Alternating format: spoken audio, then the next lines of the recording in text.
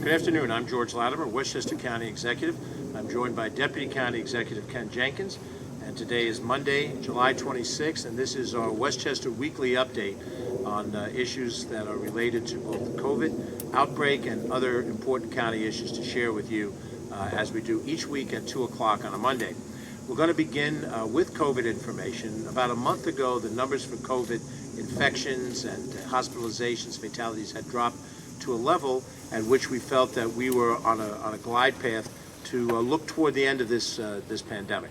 But clearly over the last month we've had a significant increase in infections, and we want to address that straightforwardly right at the top. We're also joined by Dr. Hewlett, who is one of our senior medical professionals in our Department of Health, and he will be on to talk about a special program, but we also want to look to our Department of Health for advice as we deal with some of these issues. So clearly there's been an increase in COVID. It is a statewide increase, it is a nationwide increase, and we've seen it here in Westchester County as well. If you go back 1 month ago, 4 weeks ago, we reached the lowest point of our level of infection. We had 175 active cases on Monday, June 28th. Now on this most recent date, we're looking at the tracker from the state that is as of yesterday, Sunday, July 25th. We've gone from 14 positive cases on the date 4 weeks ago to 74 positive cases most recently on Sunday. That's a significant increase in a daily infection rate. We are now up to over 700 active cases, 745 active cases as of yesterday. That's a big jump from 175 active cases where we were a month ago. And we have tested a large cohort of people. 3.1 million tests have been administered throughout the course of this pandemic in Westchester County. So that is a significant amount of testing. We certainly know that when we test as widely as we have, we are getting a good indication of what the level of infection is. What we're seeing, however, is the impact of the Delta variant, which has been talked about much in the national media amongst national medical professionals, that the Delta variant of the COVID-19 virus has been particularly communicable in ways that the prior variants and the original disease was not. And that communicability has made it easier to get the disease, including if you have been vaccinated twice. What is very important to note, and this is notable in the other statistics that I want to share, is that we have not seen an equivalent increase in hospitalizations or fatalities, even as we have seen the increase in the number of infections. 1 month ago, we had 7 people hospitalized. We now have 21 people hospitalized as of today. Now that might seem as a percentage a significant increase, 3 times as many people. But 21, 20, 19 people hospitalized compares very favorably to having 588 people hospitalized for COVID, which is where we were in mid-January. And as the numbers have gone down, they went down through all of the different integers down to those one single digits, and they have not risen as you might expect given the increase in infections. So as the infections have risen dramatically, the number of hospitalizations have still stayed relatively flat. The fatalities have been almost nil. We've lost 2 people over the course of the last month. I obviously always make the point of mentioning that every fatality is a serious loss of a human life. It is not a statistic. However, in days when we lost 30 and 40 people in the beginning of the pandemic in a single day, to have gone a month with only 2 fatalities is a sign of progress.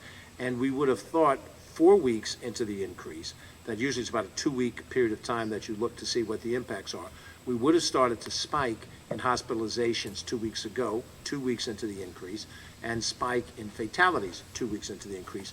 And those 2 things have not happened. So what we have is, as we're told, a variant that is more communicable, but if you're vaccinated, not necessarily more severe. That the level of severity of the case has not driven a disproportionate number of people to hospitalization, and it has not created a disproportionate number of fatalities. That is as of today, as we report on July 26th. We watch these numbers every single day. We watch them not just as those in general responsibility for the county, but we have our medical professionals who are watching these numbers to try to interpret whatever kind of a change that's happening so that we can make policy that follows that. I would highlight that what we still want to make sure that everybody understands is that the process of vaccination is the critical tool to fight this disease. It is the institution of vaccinations in January that has made the difference, we think, in the numbers that we had as of January and the general numbers that we have as of today. And the vaccination process has been extensive. The county center continues to be open for vaccinations. 7 days a week.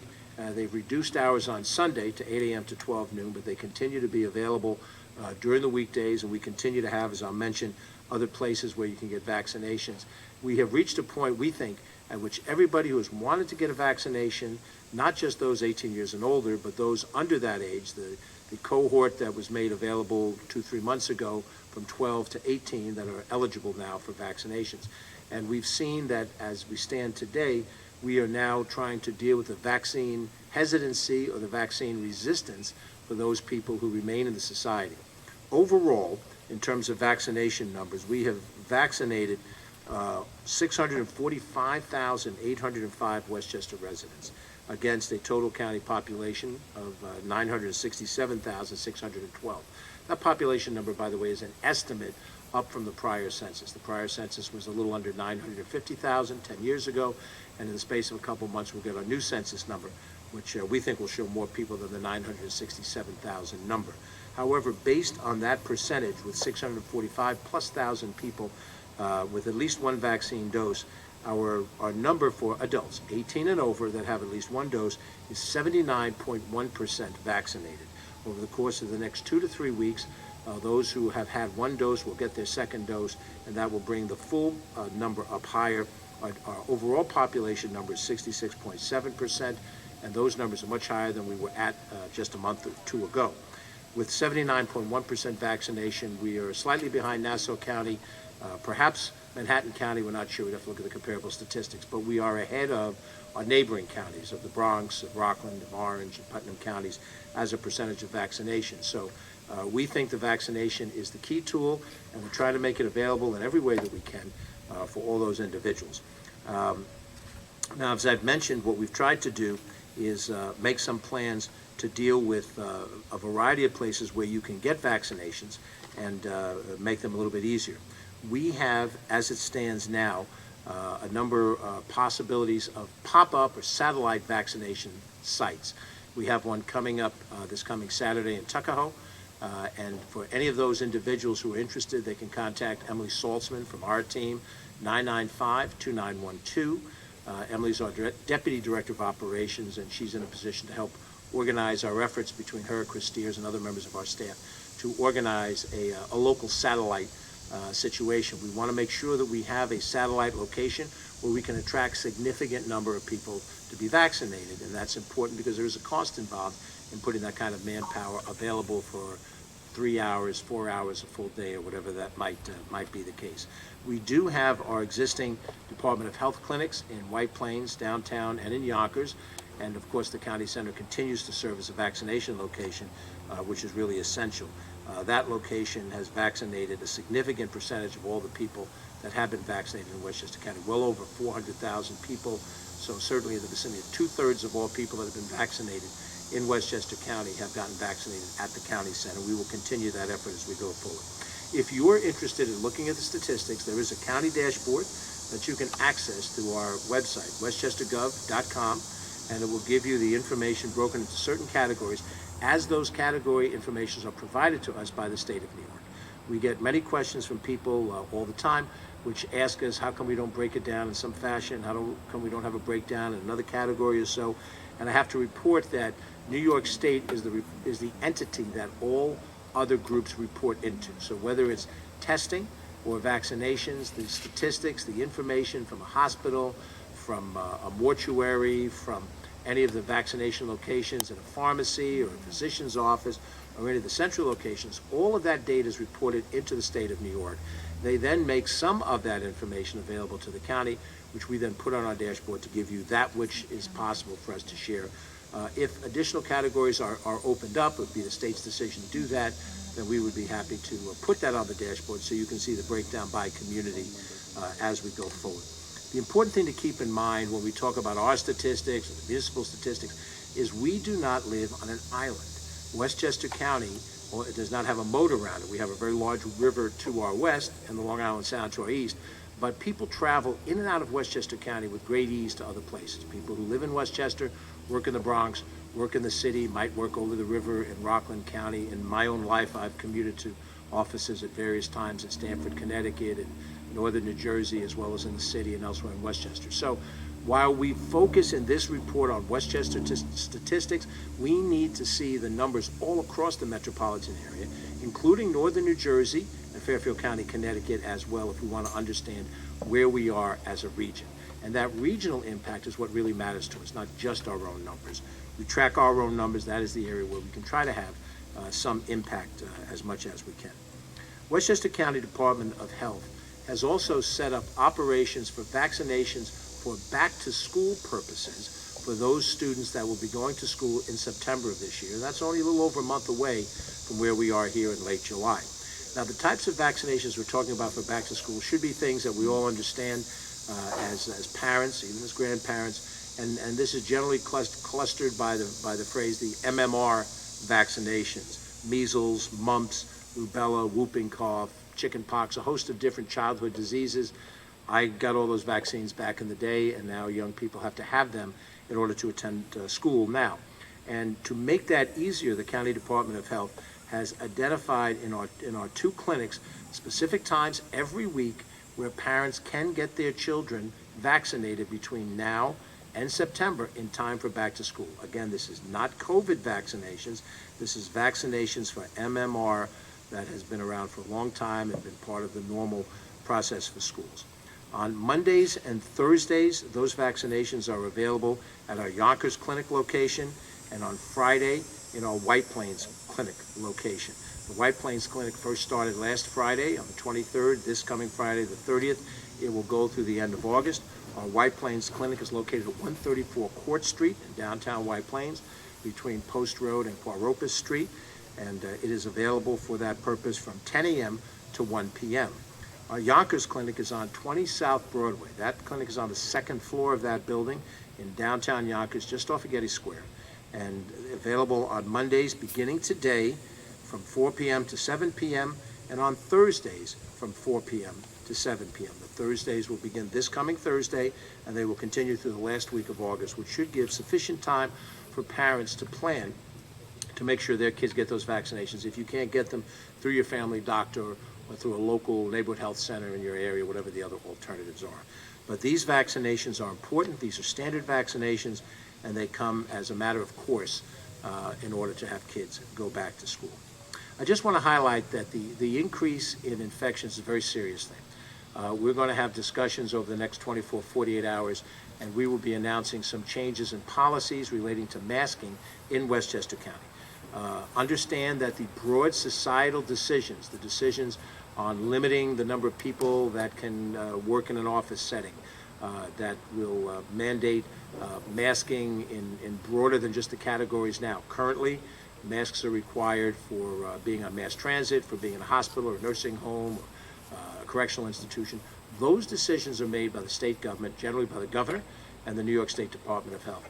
The local officials, myself as county executive, the town supervisors and mayors, do not have authority over those things. What we do have authority over is our own assets and our own facilities. So we're assessing now what to do in terms of tightening, requiring masks for those who are working or visiting county office buildings and those who are using our park system. And in this case, our beaches, our pools, and playland. This is not something we look at doing lightly. Ken is going to report in a few minutes on the success that we've had in beaches, pools, golf courses, and also at playland. But when we look at having to impose restrictions requiring masks, which we had last year, which we reimpose now, we're doing it because the numbers are pointing us in that direction. And we're moving in a step-by-step fashion. We are not going to immediately shut down everything for all purposes. We do understand that the increase in vaccinations has helped us avoid the severe impact of the virus for those people who are vaccinated, but it has not completely eliminated the increase in infections. So we are going to look at some policies. We know the mayor of New York has instituted some policies in their location. These jurisdictions are very different. Westchester County operates a certain amount of county facilities. We do not run the totality of facilities as New York City's government does in the city of New York. They run hospitals. We do not. They have complete control of all of the beaches and parks. We own those that are county beaches and parks. So our actions will fall in that category. But I would expect within the next day or two, we'll announce some different changes that we have planned, and those will be restrictions that we think are necessary for public safety. and that is, this is not ideological. This is about pragmatism. This is about doing those things that we think will best protect us. I want to shift gears to an encouraging bit of news, and we're going to have two speakers who are going to talk to us a little bit about that. The Westchester County Health Department has been awarded a $3.76 million grant, two-year grant, by the Department of Health and Human Services, Office of Minority Health, to reduce health disparities, improve vaccination rates, and increase health literacy among residents who are most at risk of COVID-19.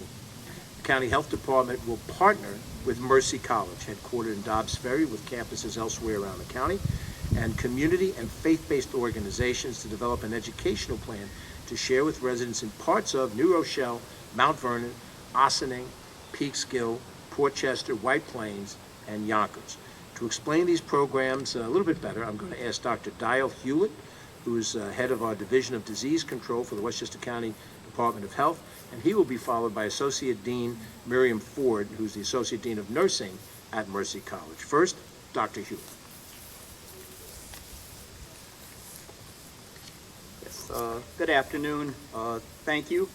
I'd like to first take this opportunity to thank our county executive, Mr. George Latimer, and his staff for arranging this announcement for us. Today, as Mr. Latimer stated, we're facing formidable challenges that have been brought on by this recent surge caused by the Delta variant, and also coupled with low vaccination rates among certain segments of our population here in Westchester. It is, however, very important for us to pause and to celebrate this mammoth accomplishment for Westchester County. This has been a true team effort, and before I go into the details, I want to actually express thanks to a few people. We first must thank Dr. Shirlita Ambler, our Commissioner of Health, for her unwavering support of this initiative, and also our First Deputy, Renee Recchia, who facilitated the application process, along with our superb team of epidemiologists, led by Dr. Ashley Hardesty DiPietro, and including Ms. Farah Kadar and Ms. Stephanie Crutchen. We also must acknowledge our partners from the Department of Corrections, including Commissioner Joseph Spano, First Deputy Attorney Nori Padilla, and also Deputy Commissioner Leandro Diaz. We also are in partnership with, and you'll hear from Associate Dean Miriam Ford also, we want to thank our academic partners from the Mercy College, and this includes Associate Dean Miriam Ford, Professor Mark Campo, Professor Adrian Wald, and also Professor Charis Davidson. Our grant will have several external partners, and these partners will represent community-based organizations, members of the education community, and also leaders of our faith-based communities. Now, the overarching title of our grants is Advancing Health Literacy to Enhance Equitable Community Response to COVID-19. Westchester County is among 73 award recipients from across the United States. This award is from the U.S. Department of Health and Human Services through the Offices of Minority Health. The specific goal of this grant is to demonstrate the effectiveness of local government implementation of evidence-based health literacy strategies that are culturally appropriate for the purpose of enhancing COVID vaccination rates, enhancing COVID testing, enhancing contact tracing, and also any other mitigating measures in areas of racial and ethnic minority populations, and also among other socially vulnerable populations, including these racial and ethnic minority communities. Here in Westchester, our efforts are going to be focused on census tracts which overlap the following urban areas: Mount Vernon, New Rochelle, Peekskill, Port Chester, White Plains, Yonkers, Terrytown, Sleepy Hollow, Montrose, and Croton-on-Hudson. These areas, as you know, have high proportions of persons of color, high proportions of persons with low socioeconomic status, and high proportions of individuals with limited English language proficiency. These groups were disproportionately impacted during the pandemic. We also know that persons within the focus communities have lower levels of health literacy. These external barriers may hinder COVID-19 vaccine acceptance and access. In addition, and importantly, Incarcerated persons are often residents of these target areas, and that is why we are going to be working very closely with Commissioner Spano and his team with the Department of Corrections. Our grant proposes a Train the Trainer program to reach communities at greatest risk for COVID-19 in our geographic areas of focus. Our 4 overarching goals are: number 1, to increase the Department of Health's capacity for communication, education, and community empowerment. Number 2, to enhance patient-centered interactions with the local healthcare systems.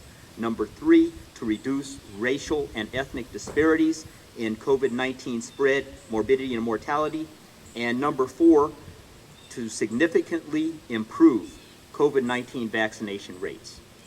In closing, I would be remiss if I did not remind you that back in March of 2020, Westchester County was at the epicenter of the pandemic, and our Department of Health nurses risked personal safety as they performed extensive COVID testing in the homes of over 1,000 individuals and families who were hit by this terrible illness.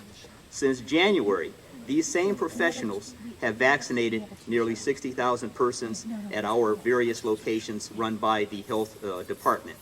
We owe a debt of gratitude to our extraordinary Department of Health nursing staff led by Dr. Lori Smittle and also with nurse practitioner Nicole Gordon, who is going to be working with us on this grant. This grant is truly the highest form of national recognition for our department, and I am honored to be the principal investigator for this project. This is a wonderful opportunity for us to work together to improve the health of everyone in our county. Thank you.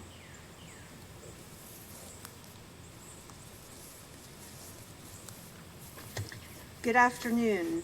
I'm Miriam Ford, one of the Associate Deans of Nursing at Mercy College.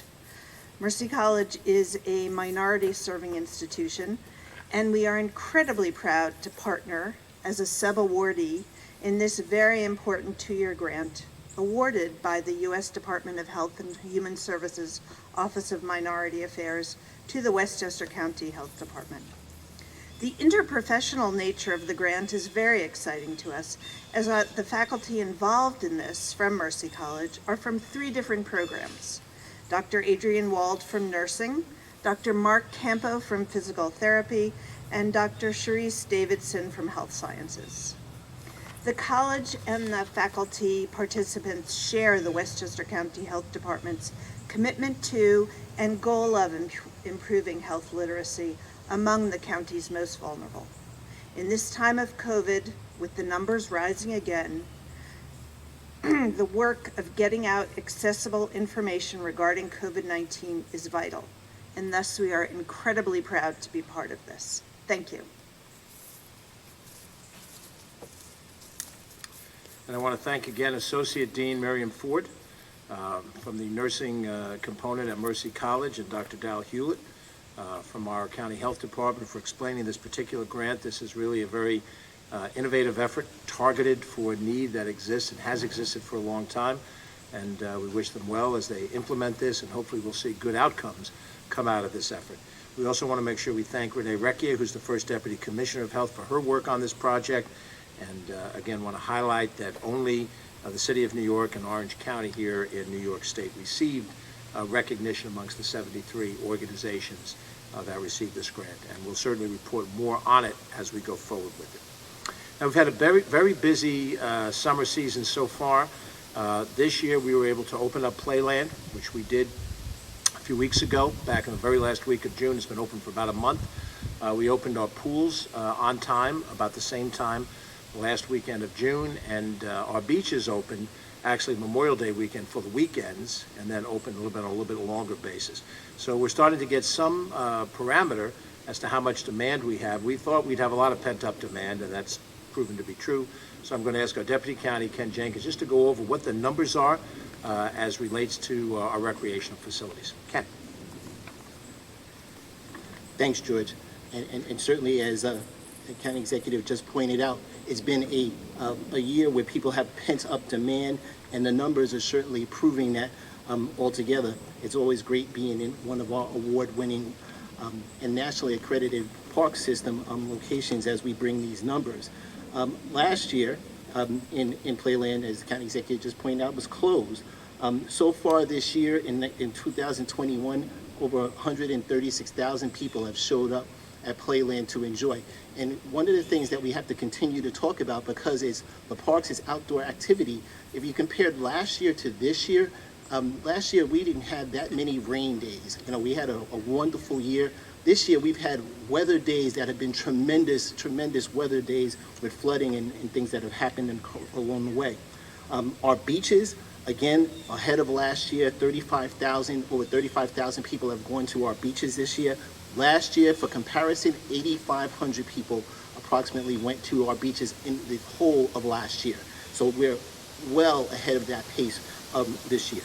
Our pools for 2021, 79,102 people have actually gone to the county pools and participated in one of the lovely pools that we had around the county. Last year, approximately 60,000 people went to our pools. So again, as the county executive pointed out, there is a lot of pent-up demand, a lot of good satisfaction because of the high numbers of vaccinations for Westchester County residents, a little over 79%. But still, we need to continue to take care and make sure that we're protecting each other and doing the appropriate things. Golf rounds, we set a record last year. We're ahead of that pace this year. We're over 136,000, close to 137,000 rounds of golf in Westchester County. People have found that they have invested in a wonderful park system. It's your park system. County executive points it out all the time. County executive Latimer points this out all the time. You know, our jobs as stewards, and county executives doing that leadership, but certainly through all of the professionals in the park department have been welcoming and making sure that all of the people of Westchester have had an opportunity to take advantage of the outdoor space. So keep going, Westchester County. Thank you, Ken. It's important to see these numbers as being representative of hard results. Results that matter, results in the way we're able to use our county golf courses. We don't report on statistics for Bicycle Sunday, but we've had consistent Bicycle Sunday, near maximum ratios.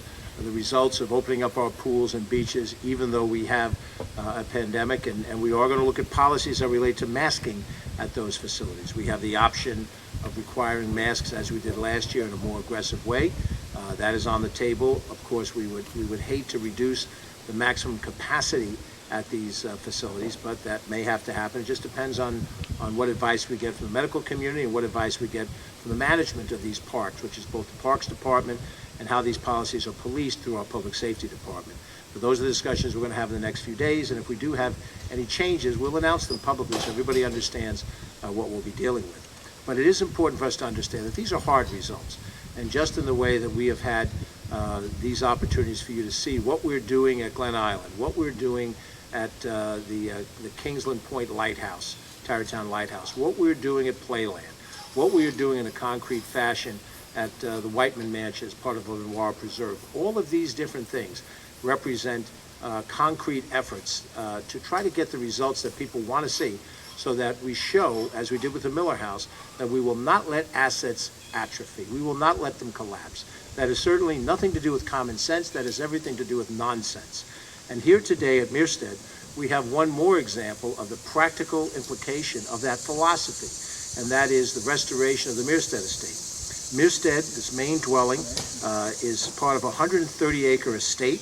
It's formerly owned by Mrs. Margaret Sloan Patterson, who is the daughter of William Sloan, who was the president and founder of W&J Sloan, a prominent furniture entity, and Mrs. Sloan Patterson's husband, Dr. Robert Patterson, who was a prominent orthopedic surgeon in New York City. Mirstead was bequeathed to the county to be used as a park and historic house museum in August of 2000. 21 years as of next month. During that period of time, the mansion was, and certainly in the last number of years, was let to lay fallow and deteriorate. And just as we showed you with the Whiteman Mansion when we last were with you, so it is with this facility. There's every effort intended to be made to restore it, to bring it to a productive public use, which is what the intent was by Mrs. Sloan Patterson when she bequeathed this to Westchester County. So to help describe some of the work being done here, I'm going to ask Peter Tartaglia, who is our first Deputy Commissioner of the County Parks, Recreation, and Conservation Department, to walk us through some of the plans here. Peter. Thank you. Thank you, County Executive, on behalf of myself and Kathy O'Connor, the Commissioner. It's another great day for parks and for the people of Westchester. Again, we've been saying this. This is what happens when county government works for its people. This is county government working on all cylinders. This is county government working from the executive branch to the legislation branch down to the various departments, including parks, DPW, planning, law, many, many others. We come here on a happy day because this is one of our over 50 parks. Many of them have not had work done to them in many, many years. As the county executive said, we were bequeathed this property 21 years ago. We commissioned a study 2 years after that on work that needed to be done. And here we are, you know, in mid-2021, and we're in the process of enveloping the building. What does enveloping mean? We're trying to save this building. We are saving this building. It is on the National Historic Register. We are fixing to simplify the outside of everything. So we are putting a new roof on, fixing the chimneys, the doors, the windows, dormers, railings, patios, repointed bricks, drainage improvements, basement stairs, a new oil tank, and lots of other work so that this building exists. Now that it exists again, we're also at the same time looking into the many potential uses for the public. This is a public building. There's also a farmhouse on this site that we'll be designing, you know, within the next year or so. There's 130 acres here. A lot of it is trails and walkways. We encourage you to come and see what a beautiful place this is. It's the People's Park. As the county executive said, we are stewards of this property, but we don't do it alone. You know, we don't do this alone. I know I mentioned some of the departments, but in our Department of Public Works and Transportation, we always thank the Commissioner, Hugh Grecian. We have Nadia Savage here today. She oversees these projects for us like this. She's been a wonderful partner. She understands what we're trying to do. What we're trying to do is not for ourselves, it's for the people. Evie Lopez is here. He is the superintendent of this park. He takes such good care of it. He cares about this place. He cares about the property, and he cares about our department. So we thank them. Mace has been the contractor on this particular job. They've been wonderful. They've been understanding. This is not a regular building. This is on the National Register. So there are many people to thank, and I know we thank the Board of Legislators, but especially Kitley Coville, who really pushed and understood the need for us to restore this house so that we could get moving on potential uses. We will continue to do that. It has a lot of history, dates back to the early 1900s. It was French and English architecture. It's now reinterpreted to a style called Georgian Revival.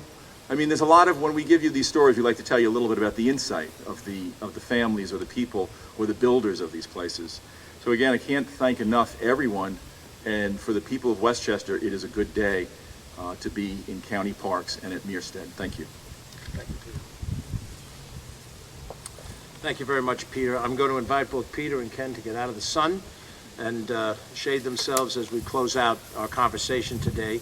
I think it's important to note that this is part of a series of things you've seen us discuss over the course of the last month.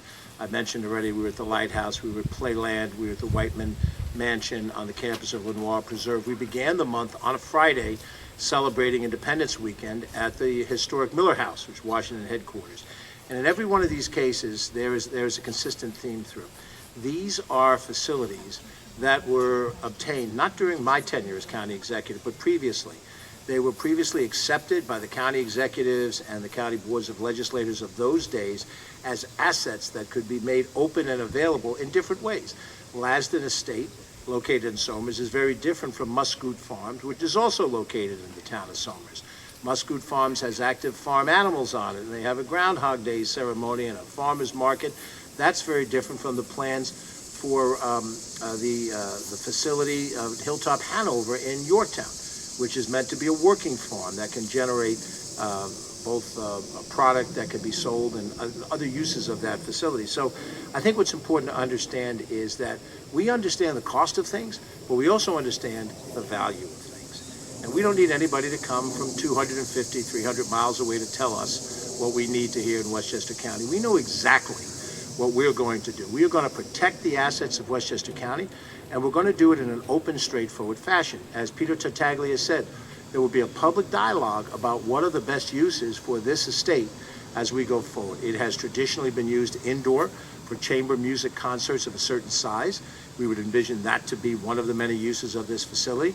We're going to work with the Bedford Town Board to make sure that whatever happens here is consistent with the zoning policies of the town of Bedford and is also sensitive to the neighbors that we have around here. So we're going to make sure that we don't have Woodstock 3 here, but we use it in an appropriate fashion.